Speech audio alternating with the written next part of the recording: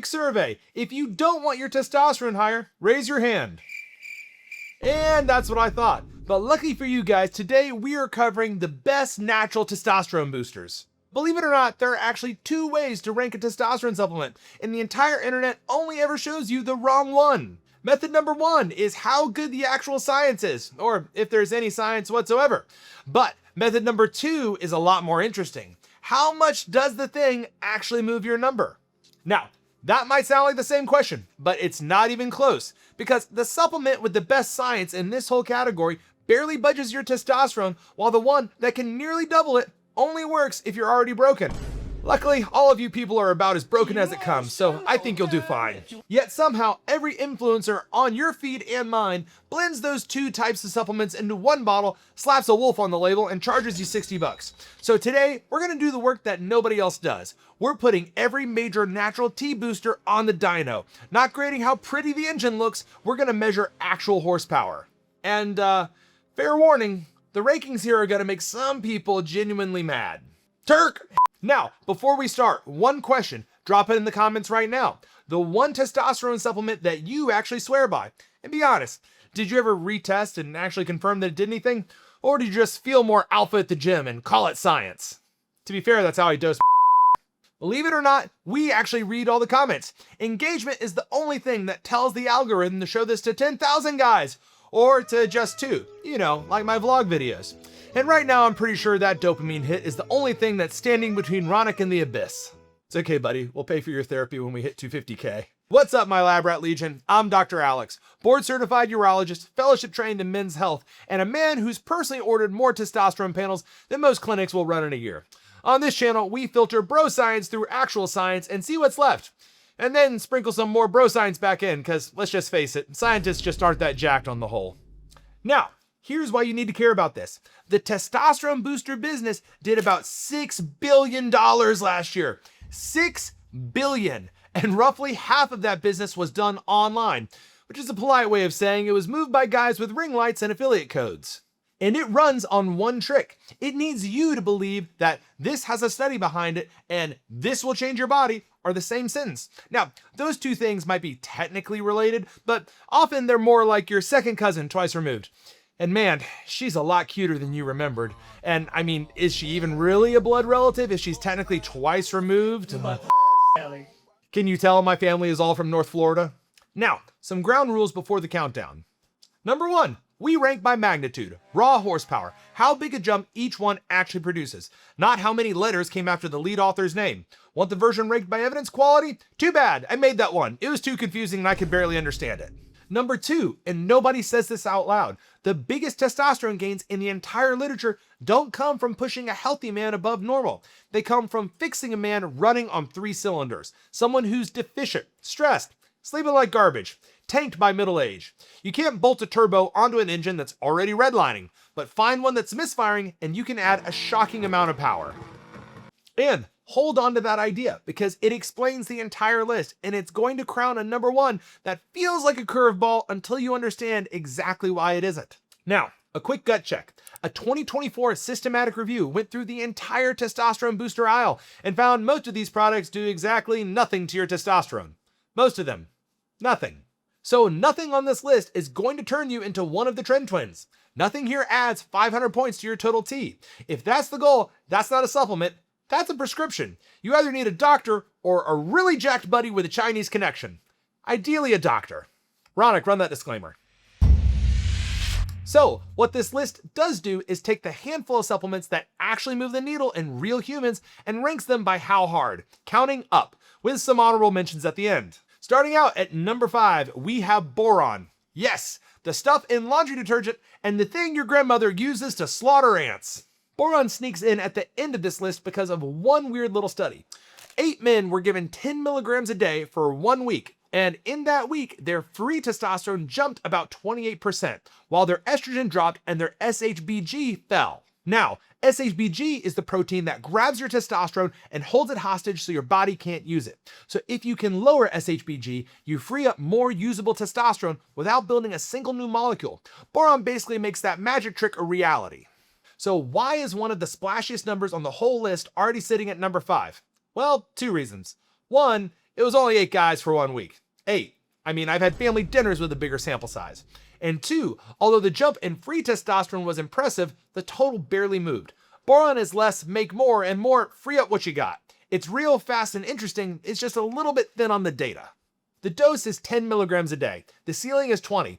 Don't swallow Meemaw's ant poison. Number 4, ashwagandha, specifically the KSM66 root extract. Now, this is the one that I would actually hand a normal healthy guy first, even though it's not the biggest number on the board, and I'll explain that in a second.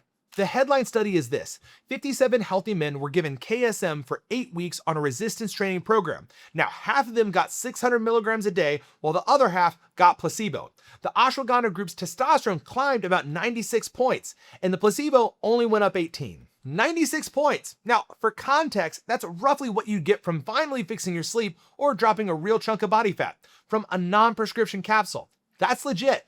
And funny enough, ashwagandha isn't really boosting testosterone at all, at least not as its primary mechanism. In reality, ashwagandha is an adaptogen. It lowers cortisol, sharpens sleep, and importantly, it drops your chronic stress load. And chronic stress is basically a parking brake on your testosterone. So ashwagandha isn't flooring the gas. It's releasing a brake that your stress physiology has been using to hold you hostage for years. But either way, the number goes up, and it does so reliably. And that's why it's still my first choice for most guys who want to naturally boost their T. Yeah, it's still only number 4 by raw size of change, but because it works through stress, sleep, and recovery, it basically works at everybody here in 2026. So yeah, it's a smaller ceiling, but with a much wider doorway that fits just about everyone, except your mom. The dose is 600 milligrams a day of KSM66 taken with food. Now, one caveat, it can nudge thyroid function in some people, so if you got a thyroid condition, run it by your doctor first. And no, not just me in the comments. Which you should definitely be leaving right now. Then we have number 3, which is purified Shilajit, which I know, there's 0 chance I pronounced that correctly. However, to be precise, this stuff is tar. I'm not kidding. It oozes out of rocks in the Himalayas. It looks like something you'd scrape off an engine block, and there are people on TikTok right now who are eating it with a spoon, swearing it triples their testosterone.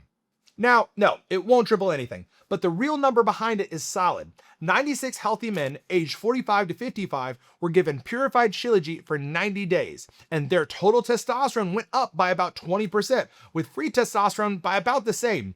And critically, LH and FSH stayed put, meaning the brain signal wasn't getting hijacked. The system stayed honest. Which is more than I can say about Ronick whenever he says a video is going to drop tomorrow, I promise. Now, 20% over 90 days in middle-aged men in a real placebo-controlled trial. For a natural product, that is really strong. And that's why it beats out ashwagandha if we're talking sheer numbers. Now it's time for the asterisk, and it's a big one. That study used purified, standardized, heavy metal tested Shilajit. Raw Shilajit, aka the Festival Spoon Special, can be loaded with lead, cadmium, arsenic, and mercury, which is a hell of a way to ruin a testosterone bump. So make sure yours is purified and third-party tested, or don't even bother. The dose in that key study was 500 milligrams a day. Number 2 is Tongkat Ali, also called Eurycoma longifolia, or long jack, which honestly sounds less like an herb and more like something sold behind the counter at a truck stop. Now, Tongkat has the single loudest marketing to evidence ratio in this category. Every shirtless guy in your feed is on it, but there's one thing that none of them tell you about. Tongkat's testosterone boosting numbers depend entirely on who's taking it.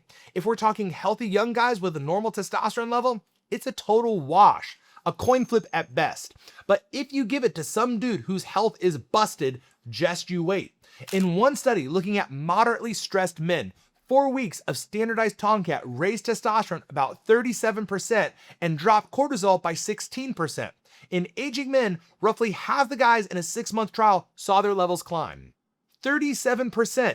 That's the second biggest swing on the board, but only in the right body. Remember boron and that SHBG lock? Tongkat works the same way. It doesn't force your factory to build more, it's just prying loose what you already have from the protein hoarding it. Are you stressed, run down, or north of 40? Not that that's a bad thing. Well, Tongkat might actually have a real shot in you. However, if you're a dialed-in 25-year-old, it's almost as bad as buying Turk at that point. Now, one quick label trap. You're going to see 200-to-1 extract on almost every bottle out there, but that number is marketing, not medicine. What matters is standardization to Eurycoma, which is the active compound. So if your bottle doesn't have a Eurycoma percentage on the label, well, you're probably paying for a bottom tier mix that isn't doing anything. And, drumroll please, number 1 is actual testosterone. Toss me a needle, Ronick. Nah, I'm just kidding. Actually, if we're looking at natural test boosters, the biggest testosterone swing in this entire body of research comes from zinc. Yeah, zinc, the mineral, the one that's already in your multivitamin and cold lozenges, that zinc. And here's the study that makes it earn the top spot. One study looked at marginally zinc deficient older men that were supplemented for 6 months, and their testosterone doubled. Yeah, it doubled. And there is no herb on this list, no peptide, nothing you can legally bottle without a prescription that moves testosterone like correcting a real zinc deficiency. So why isn't every man on the internet just slamming zinc? Well, I mean, they probably are, but because this is the whole point of the video, that only happens if you're actually deficient. The same research actually ran it backwards. They restricted zinc in healthy young men and their testosterone collapsed by over 70%. So zinc isn't a booster, it's just a missing piece. So when you put it back where it's needed, the gain is enormous, but added to a gas tank that's already full, it does nothing. And mega dosing actually backfires. Too much zinc ironically tanks your copper, dings your immune system, and even drops your good cholesterol. The recommended daily dose is 11 milligrams with a ceiling of 40. More is not always more. So there's your number 1. The single biggest mover in the literature does the most precisely because it's fixing something that was broken, which, funny enough, is the exact note that I'm about to end this video on. Now, before the supplement bros riot in the comments, Dr. Alex, where the hell is HMB? That is very fair. So let me show you something. When making this video, I also looked at evidence quality, and if we were measuring by that metric, HMB would actually be number 1. It has by far the best meta-analyses in the category. We're talking 15 trials, over 700 people, a large pooled effect size, and no weird disruption to cortisol or growth hormone. On paper, it is the most scientifically defensible supplement on this list, genuinely. So why did it just fall off of our list completely? Because this is the exact trick the whole industry is built on. Best evidence and biggest effect are not the same trophy. HMB's bump is modest, mostly tied to hard training, and the single best resistance trial on the topic showed no testosterone change at all. Yes, it has a persistent and repeatable signal in most studies, but that unfortunately only translates into a small real-world number. And that's the lesson I need you to remember. Promise and proof live in completely different zip codes. An influencer can wave a clinically studied badge that's 100% true and does nothing for your bench press. There's a study is a nice beginning to the conversation, but it should never be the end. Although we should totally put that on a t-shirt. Yeah, but there's a study. Speaking of a clinically studied badge and a questionable real-world need, Library at Legion now has a new merch drop. Ronick is promising me that we will now have our Trinizard shirt back in stock, because what's better than combining our childhood nostalgia with very, very illegal anabolic steroids? Because let's be honest, kids, if you want to look like Charizard, it's going to take some real gear. Now, okay, as promised, we have some honorable mentions. The ones with a pulse, but not enough to crack the list. Rapid fire. Betaine, also called TMG. It provides real strength and power data in athletes, plus a small testosterone signal that mostly shows up in people who are training hard. If you're lifting heavy 4 days a week, it's a reasonable add. If your only resistance training is a pickle jar, well, you should skip it. Although it does also reduce homocysteine levels and it's good for blood pressure, which is why I take it, but that's a different story. Next is Fenugreek. Decent data for libido and free testosterone, but only with specific standardized extracts. Generic seed powder is not the same thing. The effect is modest at best. Then we have Magnesium, another one that helps you if you're deficient, but does very little if you are not. And the dose that actually moved it is high enough to send you sprinting to the bathroom. Do you see the theme here yet? Deficiency, always deficiency.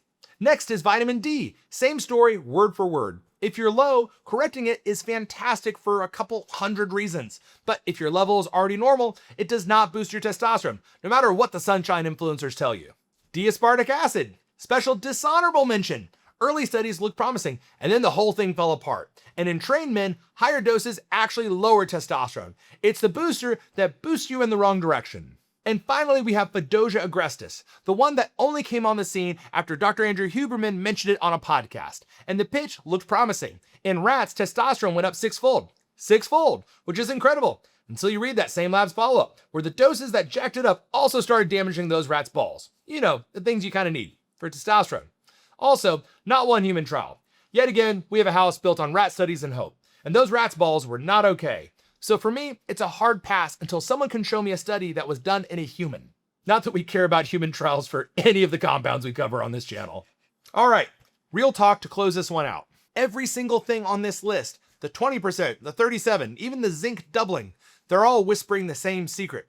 The biggest gains come from fixing what's broken. So here's the actual number one, the one no supplement company will ever print on a label because there's no way to sell it to you. You need sleep, 7 to 8 hours, and that's not a flex, it's a requirement. Also, resistance training. You need a body fat percentage that isn't actively working against you and enough muscle to actually make your body run. You need to manage your stress. Go easy on the alcohol. Eat enough protein and calories. If you nail those, you're gonna outperform every bottle in this video combined. It's not close. Unless that bottle has actual testosterone in it. Because that's what fixing a broken engine means. If you have bad sleep, too much body fat, too much booze, and chronic stress, those are deficiencies too, just the ones you can't capsule your way out of. The supplements are fine-tuning, maybe a 10 or 15% edge if you're a responder who's done the real work. They will not save you from 4 hours of sleep and a case of White Claws. And one more time, because it's the single most important sentence in this video.